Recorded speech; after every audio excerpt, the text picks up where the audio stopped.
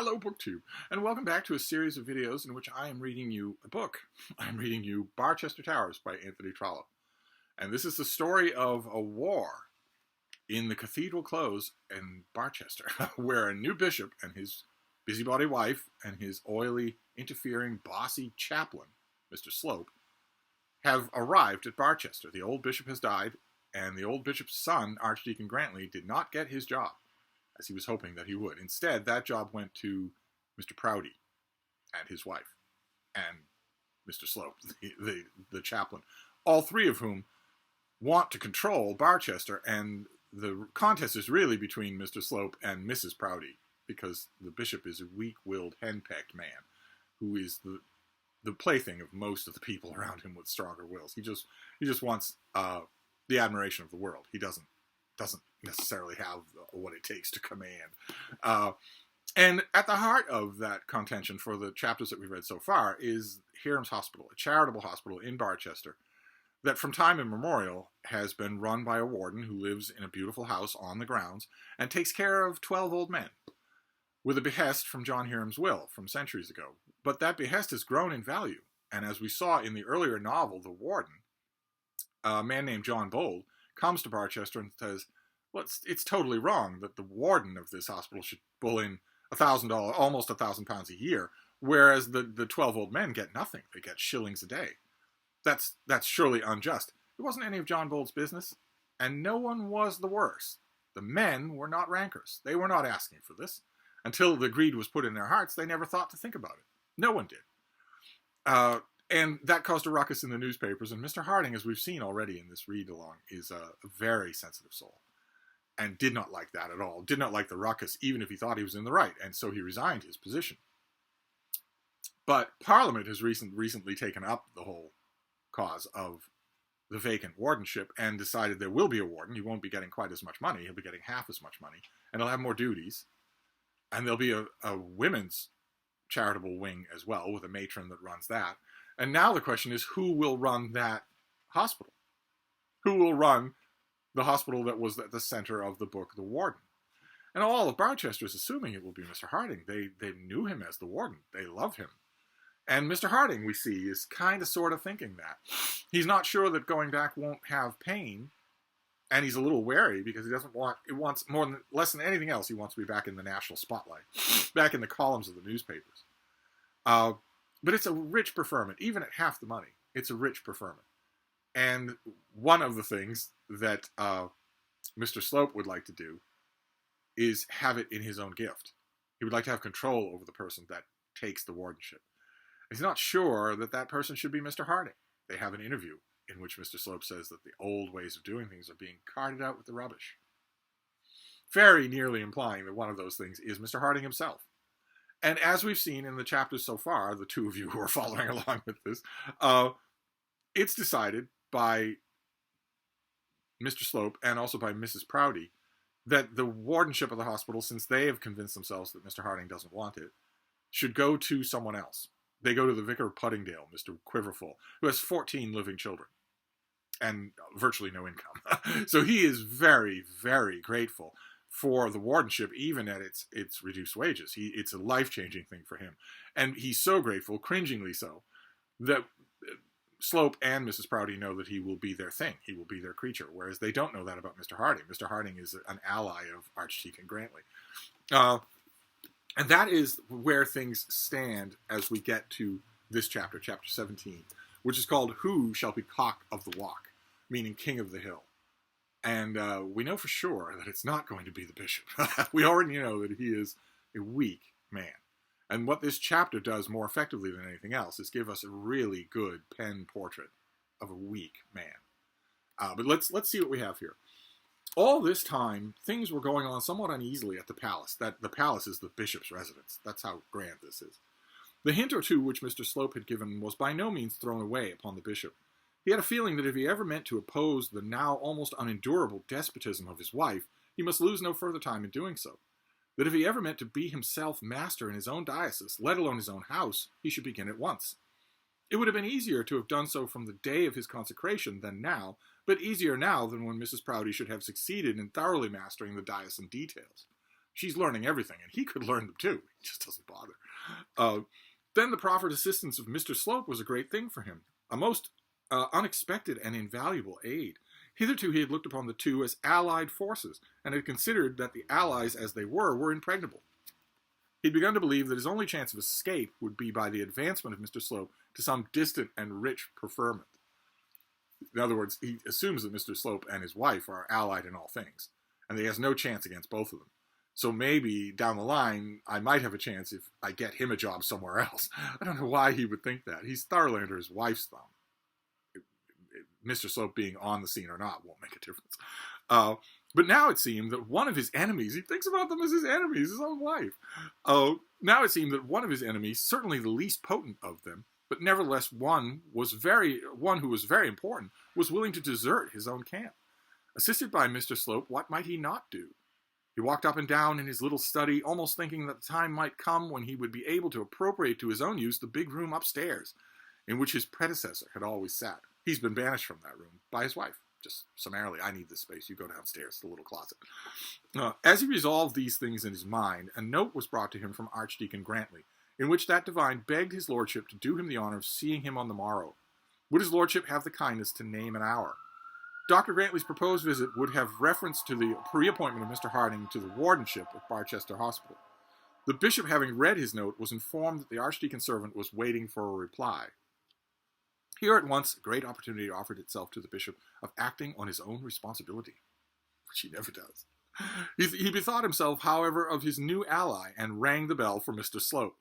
It turned out that Mr. Slope was not in the house, and then, greatly daring, the bishop, with his own unassisted spirit, wrote a note to the archdeacon saying that he would see him, and naming an hour for doing so. Having watched from his study window that the messenger got safely off the premises with this dispatch, he began to turn over in his mind what step he should take next. Tomorrow he would have to declare to the archdeacon either that Mr. Harding should have the appointment or that he should not have it. The bishop felt that he could not honestly throw over the quiverfuls without informing Mrs. Proudie, and he resolved at last to brave the lioness in her den and tell her that circumstances were such it behooved him to reappoint Mr. Harding.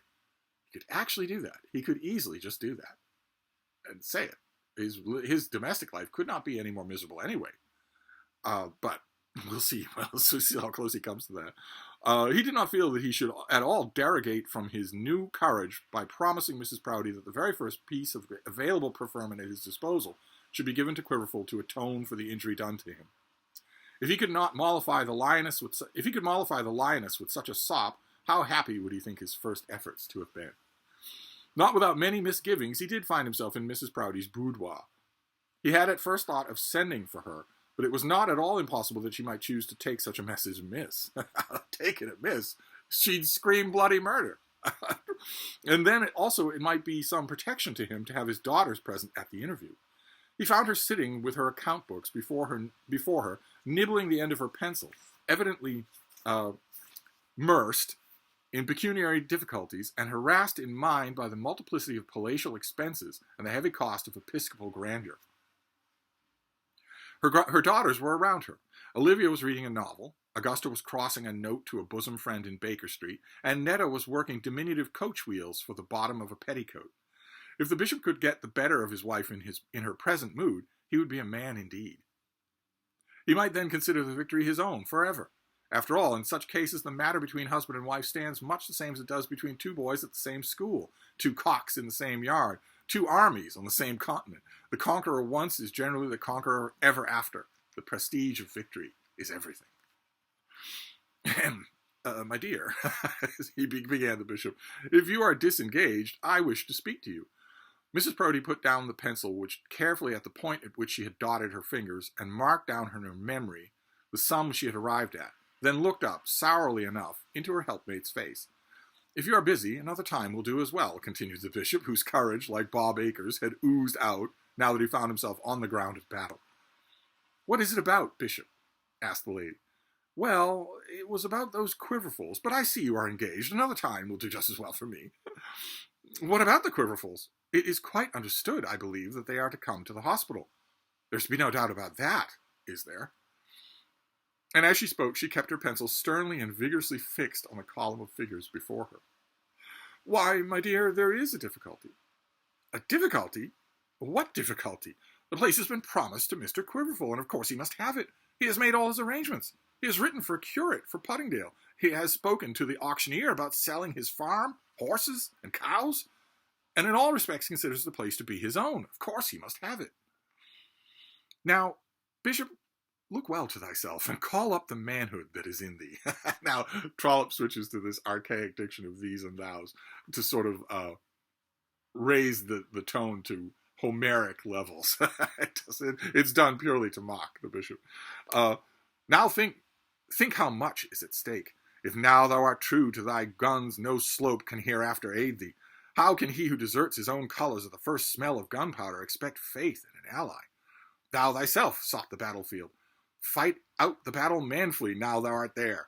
Courage, bishop, courage. Frowns cannot kill, nor sharp words break any bones. After all, the apron is thine own, meaning the clerical costume, the bishop's costume, not an actual apron for a kitchen. She can appoint no wardens, give away no benefices, nominate no chaplains, and if thou art but true to thyself, up, man, and at her with constant heart. Some little monitor within the bishop's breast so addressed him. But then there was another little monitor there which advised him differently, and as follows. Remember, bishop, she is a woman, and such a woman as thou well knowest. A battle of words with such a woman is the very mischief. Were it not better for thee to carry on this war, if it must be waged, from behind thine own table in thine own study? Does not every cock fight best on his own dunghill? Thy daughters are also here, the pledges of thy love, the fruits of thy loins. Is it well they should see thee in the hour of thy victory over their mother? Nay, is it well that they should see thee in the possible hour of thy defeat? Besides, hast thou not chosen thy opportunity with wonderful little skill, indeed with no touch of that sagacity which thou art famous? Will it not turn out that thou art wrong in this matter, and thy enemy right? That thou hast actually pledged thyself in this matter of the hospital, and that now thou wouldst turn upon thy wife because she requires from thee but the fulfillment of thy promise? All these doubts just thronging around him. Art thou not a Christian bishop, and is not thy word to be held sacred, whatever be the result? Return, bishop, to thy sanctum on the lower floor, and postpone thy combative propensities for some occasion in which thou at least may fight the battle against odds less tremendously against thee. All this passed within the bishop's bosom, while Mrs. Proudie still sat with her fixed pencil and the figures of her sum still enduring on the tablets of her memory. £4 17 shillings, she said to herself. Of course Mr. Quiverful must have the hospital, she said out loud to her lord. Well, my dear, I merely wanted to suggest to you that Mr. Slope seems to think that if Mr. Harding be not appointed, public feeling in the matter would be against us, and that the press might perhaps take it up. Mr. Slope seems to think, said Mrs. Proudie in a tone of voice which plainly showed the bishop that she was right in looking for a breach in that quarter, and that he was right. He now knows from that tone that he was right to suspect that they aren't as close friends as they once were. And what has Mr. Slope to do with it? I hope, my lord, you are not going to allow yourself to be governed by a chaplain. And now, in her eagerness, the lady lost her place in her account. Certainly not, my dear. Nothing, I can assure you, is less probable. But still, Mr. Slope may be useful in finding how the wind blows, and I really thought that if we could give something else as good to the Quiverfuls. Nonsense, said Mrs. Proudie. It would be years before you give them anything else that would suit them half as well. And for the press and the public and all that, remember that there are two ways of telling a story. If Mr. Harding is fool enough to tell his tale, we can also tell ours. The place was offered to him, and he refused it. It has now been given to someone else, and there's an end of it. At least, I should think so. Well, my dear, I rather believe you are right. So that didn't last long, did it? Said the bishop, and sneaking out of the room, he went downstairs, troubled in his mind as to how he should receive the archdeacon on the morrow. He felt himself not very well just at present, and began to consider that he might, not improbably, be detained in his room the next morning with an attack of bile. He was, unfortunately, very subject to bilious annoyances. Mr. Slope, indeed, I'll slope him, said the indignant matron to her listening progeny. I don't know what has come to Mr. Slope. I believe he thinks he is to be Bishop of Barchester himself, because I've taken him by the hand and got your father to make him his domestic chaplain. The daughters are not sold on Mr. Slope, and they're quick to tell her that. He was always full of impudence, said Olivia. I told you so once before, Mamma. Olivia, however, had not thought him too imprudent when once before he had proposed to make her Mrs. Slope. Well, Olivia, I always thought you liked him, said Augusta, who at that moment had some grudge against her sister. I always disliked the man because I thought him thoroughly vulgar. There you are wrong, said Mrs. Proudie. He's not vulgar at all. And what is more, he is a soul-stirring, eloquent preacher. But he must be taught to know his place if he is to remain in this house. He has the hardest eyes I ever saw in a man's head, said Netta. I tell you what, he's terribly greedy. Did you see all the currant pie he ate yesterday? I'm keeping in mind here that the Proudies themselves are incredibly vulgar. That's the joke here, is that they don't get it. When Mr. Slope got home, he learned from the bishop, as much from his manner as from his words, that Mrs. Proudie's behests in the matter of the hospital were to be obeyed. Dr. Proudie let fall something about this occasion only, or keeping all affairs about patronage exclusively in his own hands, but he was quite decided about Mr. Harding, and as Mr. Slope did not wish to have both the prelate and the prelatess against him, he did not at present see that he could do anything but yield. He merely remarked that he would of course carry out the bishop's views, and that he was quite sure that if the bishop trusted to his own judgment, things in the diocese would certainly be well ordered. Mr. Slope knew that if you hit a nail on the head often enough, it will penetrate at last. He was just sitting alone in his room the same evening when a light knock was made on his door, and before he could answer it, the door was opened, it's a social cue that you're not going to get now, not really, unless you're the parent of a teenager. But the length of time between the knock and the opening of the door is an implicit sign of the difference in station between the two people. You don't get to just barge into someone's room unless you think that your status with them is such that there's no question about it. So we know perfectly well who this is at the door. And his patroness appeared. He was all smiles in a moment, but not so was she. She took, however, the chair that was offered to her, and thus began her expostulation. Mr. Slope, I did not at all approve of your conduct the other night with that Italian woman. Anyone would have thought you were her lover. This is referring to Madeline Vesey Neroni, who's not actually Italian, but that's all right. She certainly looks the part. Good gracious, my dear madam, said Mr. Slope with a look of horror. Why, she's a married woman. Well, that's more than I know, said Mrs. Proudie. However, she chooses to pass for such. But married or not married, such attention as you paid to her was improper. I cannot believe that you would wish to give offence in my drawing-room, Mr. Slope, and I owe it to myself and my daughters to tell you that I disapproved of your conduct. Mr. Slope opened wide his huge, protruding eyes and stared out of them with a look of well-feigned surprise. Why, Mrs. Proudie, said he, I did but fetch her something to eat when she said she was hungry. And you called on her since, continued she, looking at the culprit with the stern look of a detective policeman in the act of declaring himself. Mr. Slope turned over in his mind whether it be well for him to tell this termagant once and for all that he would call on whom he liked, and do what he liked, but he remembered that his footing in Barchester was not yet sufficiently firm, and that it would be better for him to pacify her. His footing is terribly, terribly delicate. If she were to tell the bishop at this point in proceedings to get rid of Mr. Slope, he'd be gone the next day. I certainly called since at Dr. Stanhope's house, and certainly saw Madame Neroni. Yes, and you saw her alone, said the Episcopal Argus, and Argus is again a reference to a character in Greek mythology who has 100 eyes, so he sees all, knows all. We don't know how Mrs. Proudie knows this, but we can assume that she has networks and spies everywhere. Undoubtedly I did, said Mr. Slope, but that was because nobody else happened to be in the room. Surely it's no fault of mine if the rest of the family were out. Perhaps not, but I assure you, Mr. Slope, you will fall greatly in my estimation if I find that you allow yourself to be caught by the lures of that woman. I know women better than you do, Mr. Slope, and you may believe me that signora, as she calls herself, is not a fitting companion for a strict, evangelical, unmarried, young clergyman.